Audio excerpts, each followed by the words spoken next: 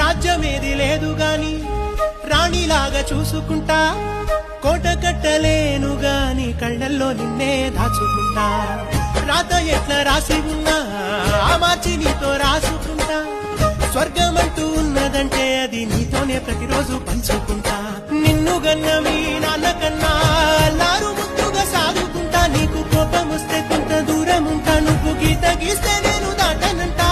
కంట నీరు కంటి రెప్ప దాటకుండా కాటుకై కావాలుంటా.